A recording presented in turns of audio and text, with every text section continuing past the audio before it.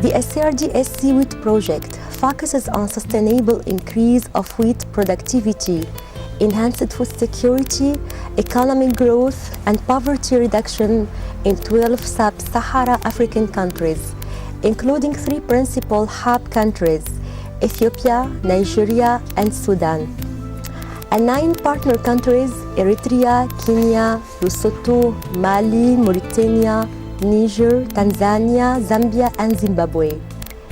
Implementation of project activities is largely undertaken in the hub countries with sharing of the improved findings and technologies with the partner countries where they are fine-tuned and adapted to the specific conditions of those countries.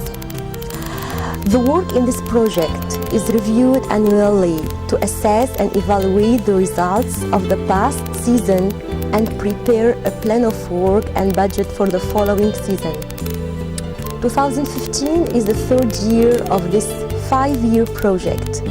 Today, senior managers and scientists from ICARDA involved on this project are here in Hammamet, Tunisia for 3 days to review the work completed in 2015 and discuss and agree on the plan of work and budget for 2016.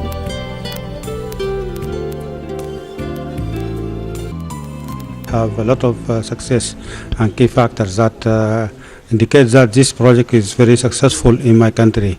First of all, the increased yield from 2.2 ton per hectare to 3.23 or 3.2 ton per hectare.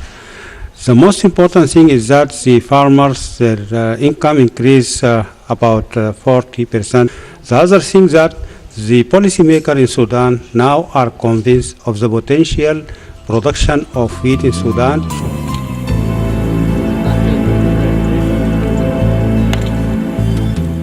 There is no doubt this project has made an impact in the production of wheat in Nigeria. The improved varieties that the project donated to Nigeria, both for irrigated and rain-fed conditions, has actually made transformational impact in wheat production in Nigeria. Before the inception of this project, the average yield of wheat was about 2 to 2.5 tons per hectare. But today, through the intervention of this project, we have recorded 5 to 6 tons per hectare.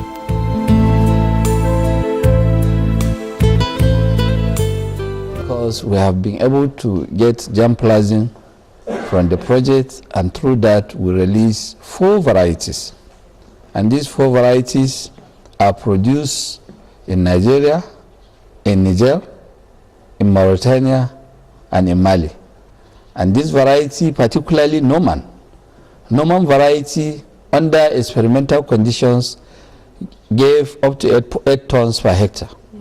And in farmers' field, farmers can easily get 5 tons per hectare. Mm-hmm. That is a remarkable achievement.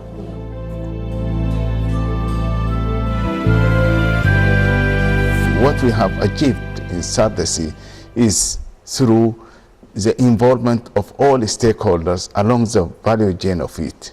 This is one of the most important successful factors in our project. In the future, we need to emphasize on wheat-based system, so that we need to build systems rather than concentrating on one crop.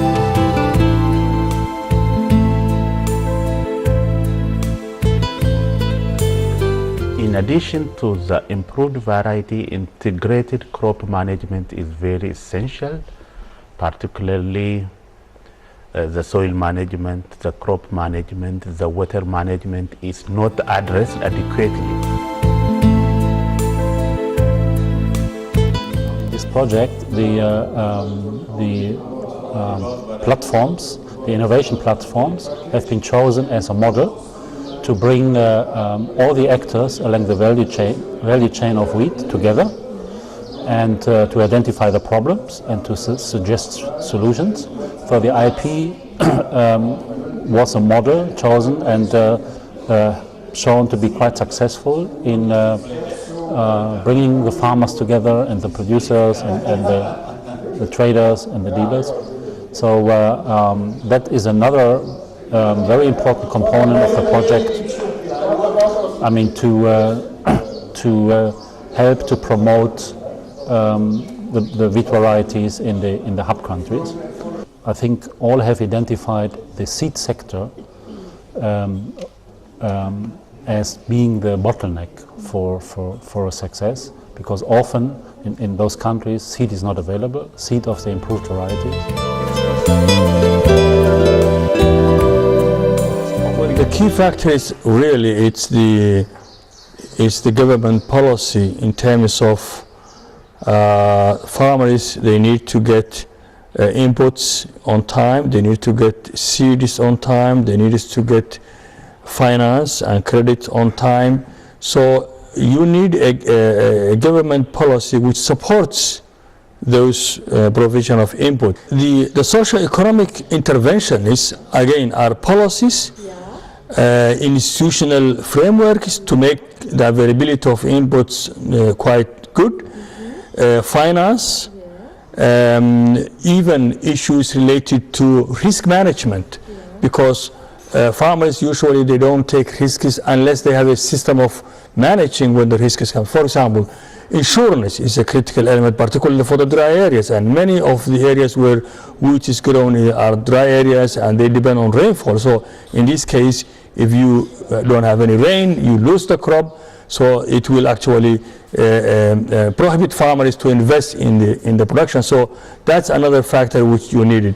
So these are all elements, but you don't need only one element, you need a combination of these elements to make sure.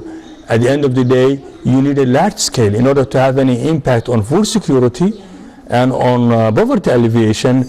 You cannot rely only on a few demonstrations which will show very high success, but you really need to scale it out to a large area of wheat production. And in order to do that, again, you need those elements which I just specified.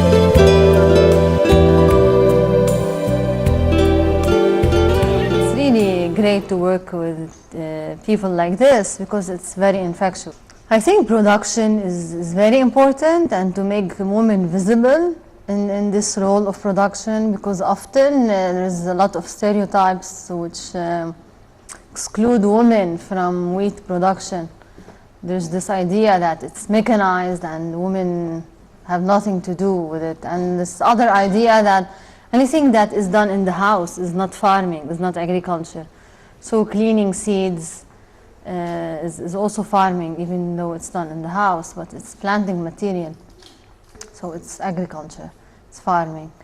The other thing is marketing. I think linking, because we are trying to increase income in this project, so linking, if you are working with 2 members in the household, not 1, you are more likely to reach your objective. So linking women with, especially the entrepreneurial women, to markets.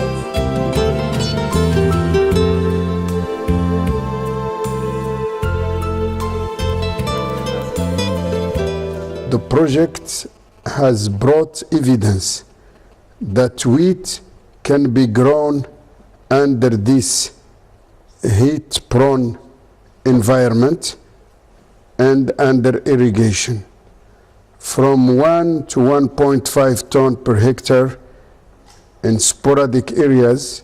Today, these regions can produce easily 4 to 6 tons per hectare. That's one big achievement, and it can be considered as breakthrough because wheat is going to new frontiers. In addition to that, sard.sc has reached high-level policy people, ministers, presidents, vice presidents.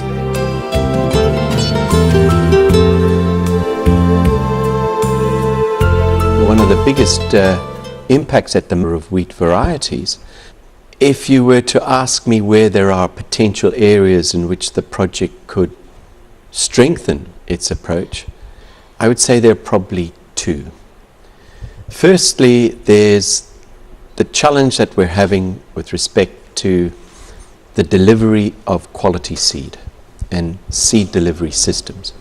I think there needs to be some probably innovative thinking of how best to be able to provide quality seed to farmers through either a profit or non-profit framework.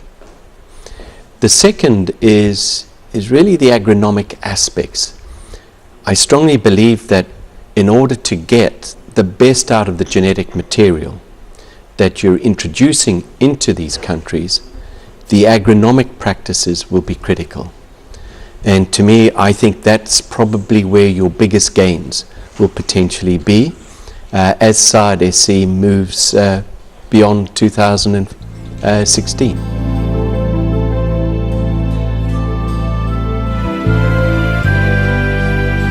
Sard.sc.wheat is a project implemented by 12 African countries, and the project is funded by the African Development Bank.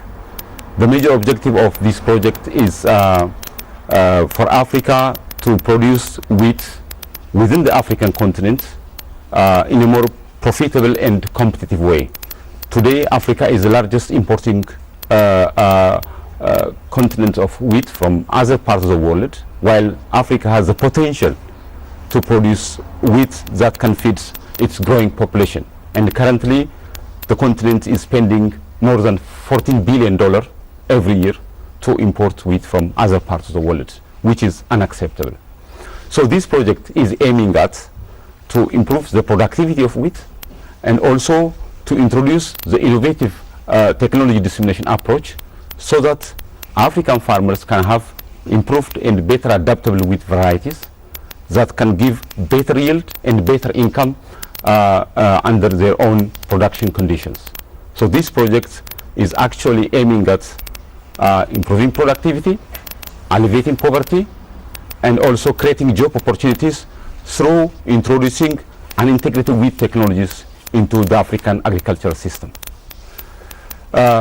Having said this, the major objective of the 2016 annual review and planning meeting is to bring ICARDA and the NARS, especially the 3 hub country scientists and the research directors, to review what has been achieved in 2015 in terms of project implementations and in terms of deliverables. And at the same time, this annual review and planning meeting is focusing at to identify the priority activities that are going to be implemented in 2016 in the 3 hub countries and 9 partner countries.